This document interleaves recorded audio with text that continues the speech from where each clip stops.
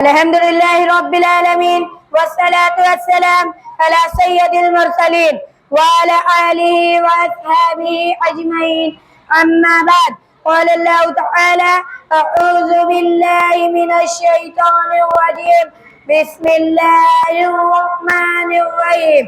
صدر محترم، حکم صاحبان، اساتذہ کرام، محترم سامعین، اسلامی ماں اور بہنوں، میرے پیارے ساتھیوں، آج میں آپ حضرات کے سامنے نماز کی اہمیت کے عنوان پر تقریر کرنا چاہتا ہوں۔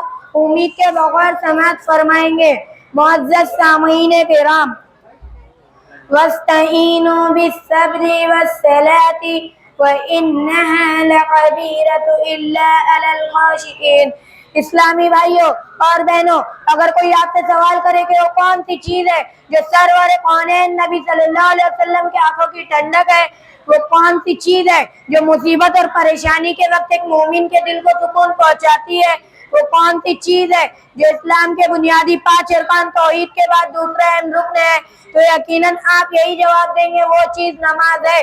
جی ہاں، یہی نماز ہے جس کا ذکر قرآن مجید میں 70 سے زیادہ مقامات پر ہے۔ یہی نماز ہے جو مومن کی معراج ہے۔ یہ نماز ہے جو مسلمان اور کافر کے درمیان حد فاصل ہے۔ یہ نماز ہے جس کے بارے میں سرور کونین نبی صلی اللہ علیہ وسلم کا ارشاد ہے، بین الرجل و بین الشرک والکفر ترک الصلاۃ۔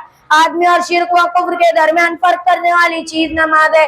یہی نماز ہے جس کے بارے میں ام عائشہ فرماتی ہے کہ اذا حضب امر صلاۃ، یعنی رسول صلی اللہ علیہ وسلم پر جب کوئی پریشانی لاحق ہوتی تو آپ نماز میں مشغول ہو جاتے۔ اسلامی بھائیوں اور بہنوں، کس قدر افسوس کا مقام ہے، دین کا اتنا اہم ستون، کفر و اسلام کے درمیان فرق کرنے والی عبادت، نبی کی آنکھوں کی ٹھنڈک، اور آج ہم اس سے غافل ہیں۔ اپنے آپ کو مسلمان کہنے کے باوجود آج ہم نماز سے دور ہیں، جبکہ رسول اکرم صلی اللہ علیہ وسلم کے زمانے میں منافقین سے بھی نماز پڑھائی جاتی تھی، حالانکہ قرآن مجید میں ان منافقین کا انجام کافروں سے بھی بدتر بتایا گیا ہے۔ ان منافقین کے بارے میں قرآن کہتا ہے وَإِذَا قَامُوا إِلَى الصَّلَاةِ قَامُوا كُسَالَىٰ، جب وہ نماز کے لیے اٹھتے سستی اور کاہلی کے ساتھ اٹھتے ہیں، مگر وہ نماز پڑھتے ہیں۔ گویا کہ ہماری حالت تو ان منافقینوں سے بھی بدتر ہے۔ ہمارا حال تو یہ ہے، اذان ہوتی رہے، ہم میوزک میں، ٹی وی میں، کھیل کود میں، اپنے کام کاج میں مشغول رہتے ہیں، ہمارے کانوں پر جوں تک نہیں رینگتی۔ کیا حال ہوگا ہمارے اپنے رب کی بارگاہ میں؟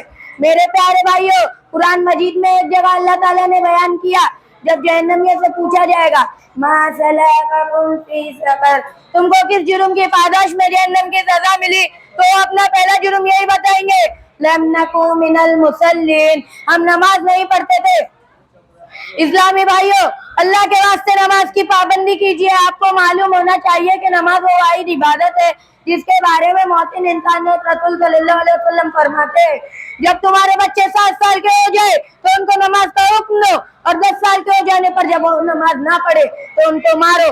غور کیجیے بھائیوں، 10 سال کے بچے کو مارنے کا حکم دیا جا رہا ہے جو بھی نابالغ ہے، کسی چیز کی شریعت میں مکلف نہیں ہے۔